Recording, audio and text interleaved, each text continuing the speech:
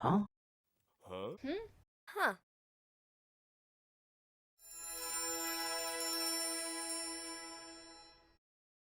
Hello everyone and welcome back to the channel Sticky History. Today's subject barely needs introducing, as I'm sure you've already heard of the famous Egyptian pharaoh Cleopatra. Cleopatra was born and lived in Egypt from around 70 BC until 30 BC. Due to this being such a long time ago, there are few true records of her life, so historians have to work off what they have and what's been preserved. She's well known today due to her romantic relations with Roman rulers Julius Caesar and later Mark Antony, both of whom met notoriously sticky ends, as well as her being the last of only 7 female pharaohs to have ruled ancient Egypt. Of these, she is the best known, rivaled perhaps only by Hatshepsut and Nefertiti. She was a very clever young lady, having a particular flair for languages, and is now not believed to have been strikingly beautiful, as once thought, and as portrayed in movies. As seen on the Egyptian currency at the time, she had a very crooked nose, though inherited the same strong jawline as her father. She was put on the throne with her brother at the age of just 18, after the quote-unquote natural death of Ulitz. However, it was not plain sailing from here, as you can imagine. Her brother, Ptolemy VIII, expelled Cleopatra from Egypt, and a civil war ensued on Egypt's eastern border as Cleo was able to raise an army to fight for her cause. Luckily, she was able to persuade the Roman Julius Caesar to help her in her fight to retake the throne. Some accounts say that she went to the length to wrap herself in a carpet in order to sneak past her brother's guards and gain an audience with Caesar himself.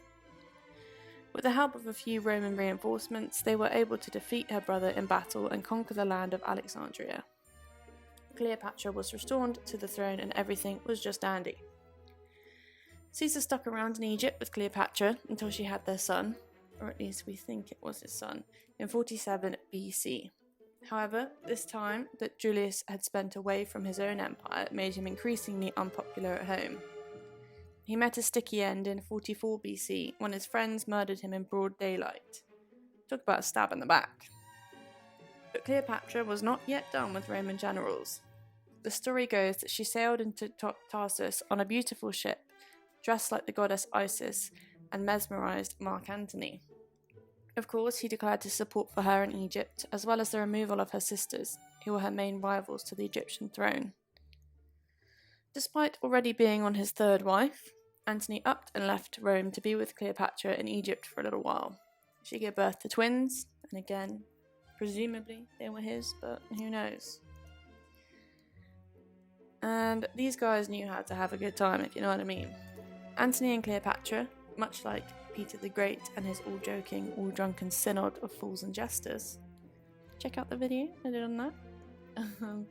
And they had their own drinking and jesting society called Inimitable Livers. However, this was not all fun and games. Mark Antony was forced to marry his rival's half-sister, which was Julius Caesar's adopted son, which gets quite confusing, in a last-ditch attempt to gain peace, but he couldn't love another. Not only did he return to Egypt for his love, but also for her financial support in a campaign he wanted to pursue in Parthia. This turned out to be a pretty poor fiscal decision by the pair. Nevertheless, they used their extended family, children, stepchildren, and siblings to take over much of what we now know to be Europe and parts of Africa and Asia. However, this story does not have the traditional happy ending. Spoiler alert. Having been partners for over 10 years by this point, when Mark Antony received fake news that Cleopatra had died, he killed himself with his own sword. In true Romeo and Juliet style, although there is a Shakespeare play called Antony and Cleopatra. You can check out my video on William Shakespeare if that tickles your pickle. Cleopatra killed herself too at the age of 39, just 21 years after ascending the Egyptian throne. It's widely believed that she used an asp to kill herself, as this is the symbol for divine royalty, so it does seem fitting. However, Historians have speculated that it was much more likely to be a pin dipped in poison or administered in some other way that really finished her off. I suppose a happy ending in the respect that they were buried together as they'd wished. It is worth thinking, though, whether Cleopatra truly did die for love. Mark Antony probably did. He couldn't bear the thought of life without her. However, was Cleopatra's death more of a way to escape the inevitable shame that would befall her if her enemy were to capture her? We'll never know for sure, though it is food for thought. After this, Octavia, Caesar's adopted son, came to power and took Egypt as a province of Rome. A little fun fact to lighten the mood here. In order to serve as a constant reminder of her defeat, Octavia, later known as Augustus, chose to name the 8th month after himself. This was because it marked the month of Cleopatra's death and downfall, even though his birthday was actually in September. In terms of what she was like as a person, reports show that she was strong-willed and headstrong, whilst being intelligent and educated. It's hard to be sure of anything though. According to Mary Hammer, most of what's been passed down about the Egyptian Pharaoh is likely to be what the Romans were saying about her at the time. Idle gossip.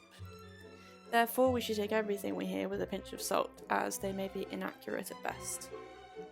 However, if we fast forward to the 21st century, 2021, Today Talk, it's amazing to think that Cleopatra has still never been found.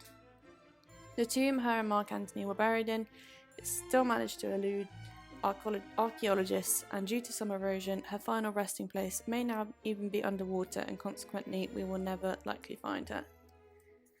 And on that note, that's all for today. I hope you enjoyed this video and learned something new. If you did, please do leave a like and subscribe to Sticky History for new videos every week.